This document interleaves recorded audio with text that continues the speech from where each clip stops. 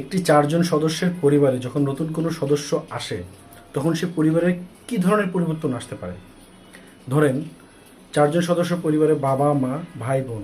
যদি ভাইয়ের বিয়ে হয়, ধরুন সেই ঘরের পুরুষের যদি বিয়ে হয়, সেই ঘরে যদি নতুন কোনো মহিলা সদস্য আসে, তাহলে সেক্ষেত্রে ঘরের যেই সব কাজকর্ম আছে সেগুলোর একটা সাপোর্ট পাওয়া যেতে পারে। যদি সেখানে পুরুষ সদস্য আসে, তখন সেখানে ইনকামের একটা সাপোর্ট পাওয়া যেতে পারে। কিন্তু আমাদের সমাজে এমন একটা জিনিসের অভ্যাস হয়ে গেছে, যদি আমাদের ঘরে বউ আসে তখন আমরা এটাকে চিন্তা করে ফেলি যে আজ থেকে সব কিছু বউয়ের দায়িত্ব, সব কিছু বউ করবে। দেখেন, আমাদের মনে হয় আপনি বউ আসার আগে আপনার ফ্যামিলিটা যেমন ছিল, বউ আসার পরে আপনার ফ্যামিলি ঠিক তেমনই থাকা উচিত।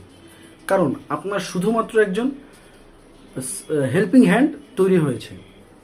আপনি যদি এইভাবে চিন্তা করেন, আপনার মেয়ে, আপনার বউ, আপনি জাস্ট মিলে একটা হেল্পিং হ্যান্ড তৈরি হয়েছে, এবং যদি কোনো পুরুষ সদস্য বৃদ্ধি হয়, এখানে একটা ইনকামের সোর্স তৈরি হয়েছে, তাহলে দেখবেন সংসারটা খুবই সুন্দরভাবে চলতেছে।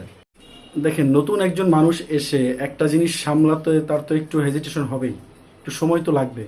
যে কোনো কিছু, আপনি নতুন একটা ব্যবসা শুরু করলে সেখান থেকে প্রফিট আশা করেন না, কারণ আপনি চিন্তা করেন সেখানে একটু সময় দেওয়া প্রয়োজন। সে ঠিক সেই রকম সংসারে শেখার জন্য, সংসার বুঝতে পারার জন্য একটু সময়ের প্রয়োজন হয়। আমরা যদি এই এতটুকু জিনিস একটু করতে পারি, এতটুকু জিনিস মেনে নিতে পারি, তাহলে আমাদের সমাজের মধ্যে এই সমস্যাগুলো খুবই কম হবে।